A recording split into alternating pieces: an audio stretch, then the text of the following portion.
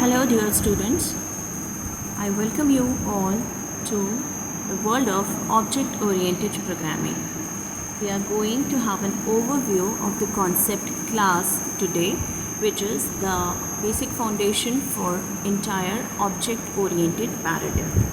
So this video would be helpful to the students who are studying object-oriented programming and are basically in their third semester of BTech program.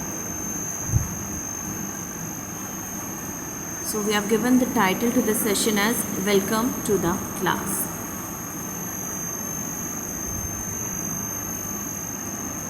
Those students who are looking to learn in this session would be getting an overview of the class, and as we all know that the object-oriented paradigm has its foundation laid over the procedural programming. So I assume that you guys are having a sound knowledge of comparison of the object-oriented languages with the procedural languages.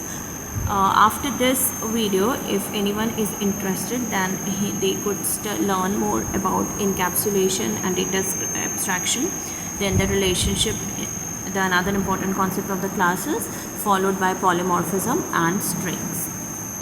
And if you are looking to have the reference books, the course objective which is focused for object-oriented programming revolves around developing the concepts on data abstraction and encapsulation and helps students to solve real-world problems using the bottom-up approach.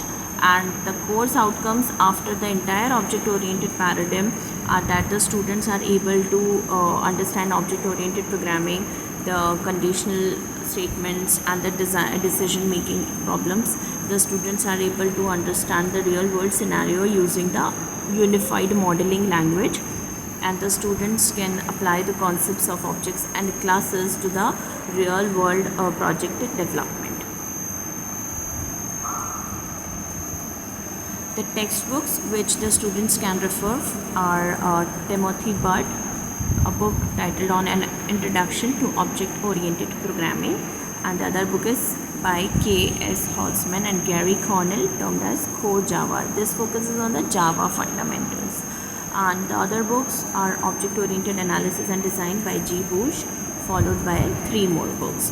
So this much would give a student a general idea for the sources that he could go to reach out to learn more on object-oriented programming. The major elements which we learn always in the object-oriented programming methodology are classes, data abstraction, encapsulation, information hiding, inheritance and polymorphism. All these 6 components are the basic elements and the most important elements of any object-oriented programming language in the world. So these concepts would always be there if you are studying object-oriented programming, if you are studying classes and objects. So we can see the concept of class with the example presented here. As we all know that we all are human beings. So we know that every human being has certain body parts. Okay, our hands, feet, eyes, etc. are our body parts. And we know that each body part serves a specific function. We can walk with our foot, we can eat with our mouth, we can see with our eyes, we can talk with our tongue, etc. So every body part is a component which is contributing to the execution of certain function in our human body. If we conceptualize this real world example into the world of classes and objects, then we can see that human being is a class. As you can see in the second component, second box which is given on the screen, human being is a class, and the body parts, hands, legs, eyes are the data members. We term these components as a data member of the class, and the functions that this data can do are walking, talking, seeing, etc. So these functions which body or parts are performing are called member functions. So dear students, a class always have these 2 important components. One is data member and the other one is member functions. Moving on, as you can see here on the screen that we are dividing animal classes into various categories. So we can have multiple objects which belong to the concept of class. Animal is a class which is a generalized term, and usko we are categorizing into dog, cat, cow, which are the specific classes. Moving on, we have another example, the classes and objects in Java. But this again is a generalized approach which can be used with C++ as well. Here the example is of cars. So we are naming the class as car, which can have various models. Okay, and each car will have a model, a particular color, brand and engine specification, which is called as a data member of the class. And each car will have certain functions. It will do some procedure, it will run with certain speed, it will have a specific size. So these will be forming the member functions or the methods in the class.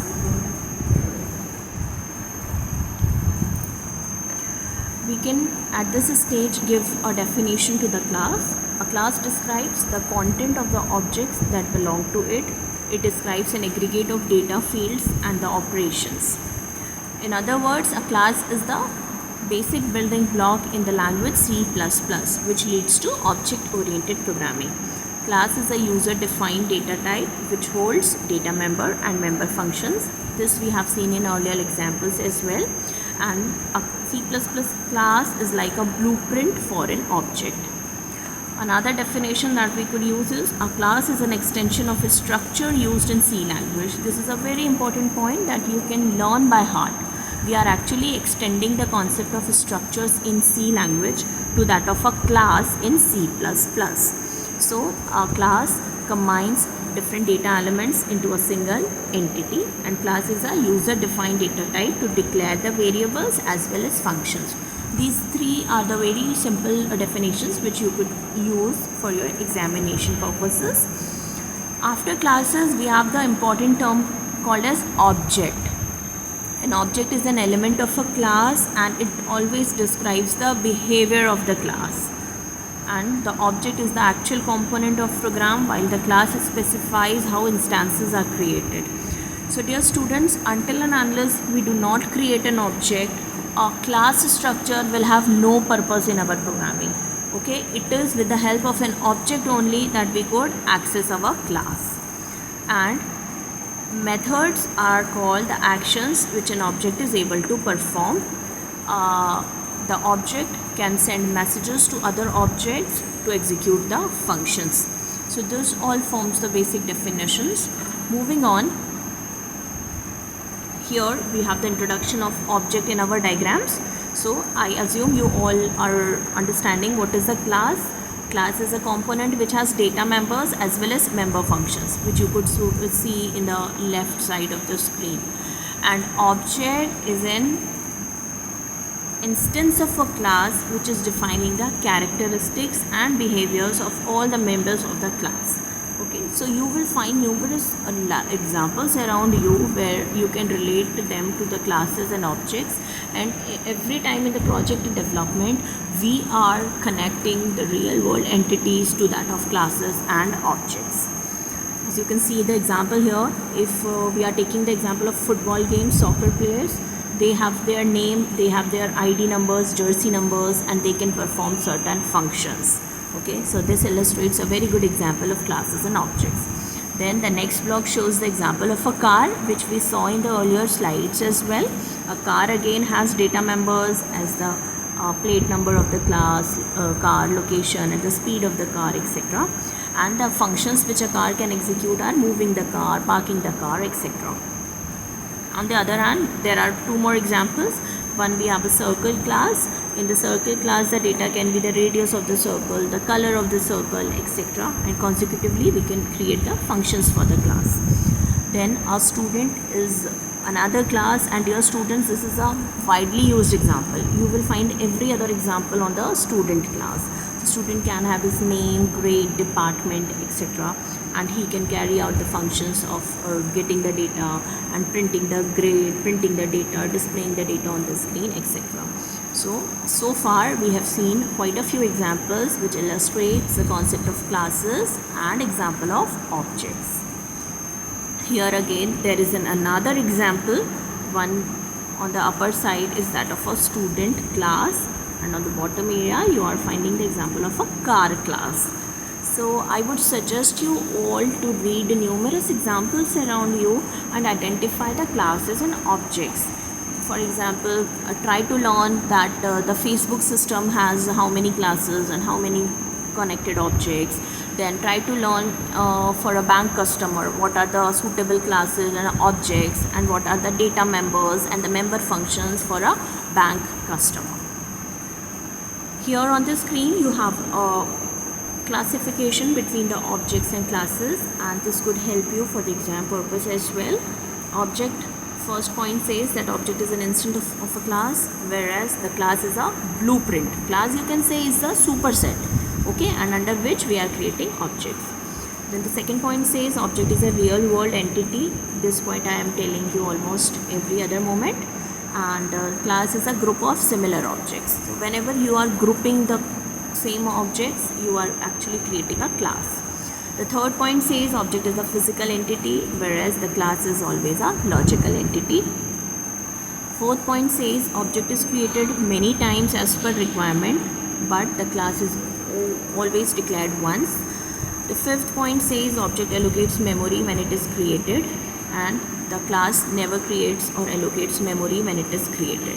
This is a very important point, dear students. A class structure does not get memory allocation or does not occupy any storage. It is the objects which are actually allocating the memories.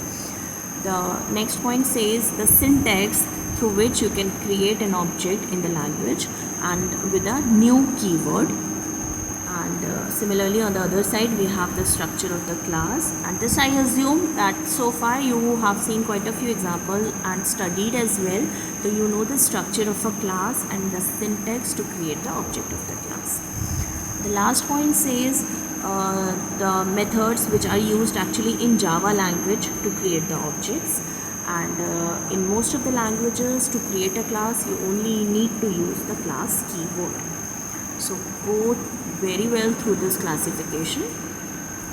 And next we are moving to the introduction of object oriented programming. So as I said earlier that we are studying the foundation of OOPS over the procedural languages. The procedural programming concepts you should know before moving towards the object oriented programming.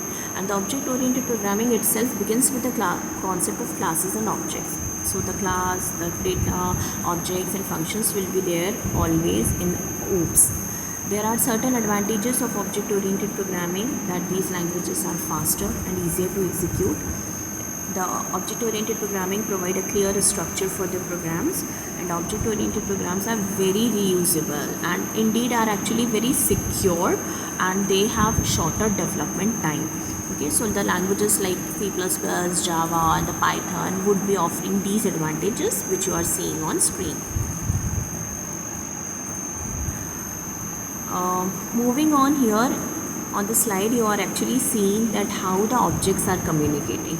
In the starting we saw that objects send messages to each other. So this is the concept of how they are communicating.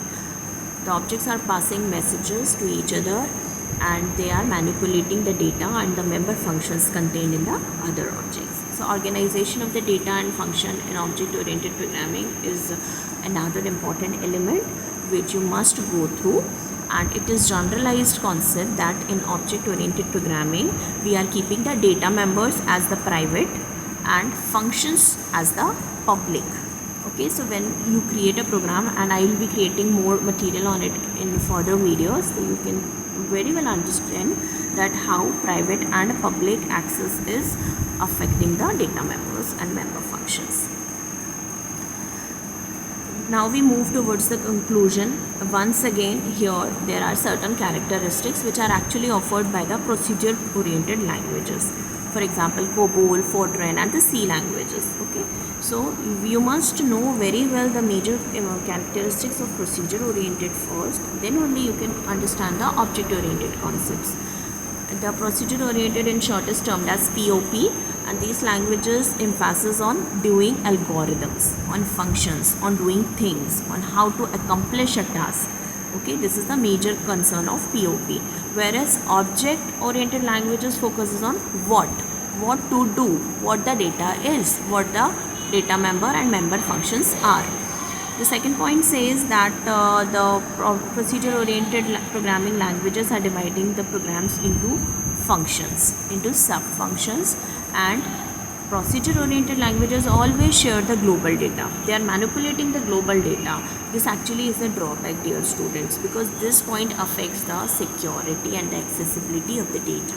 Okay, so this indeed becomes a drawback with the procedure-oriented languages.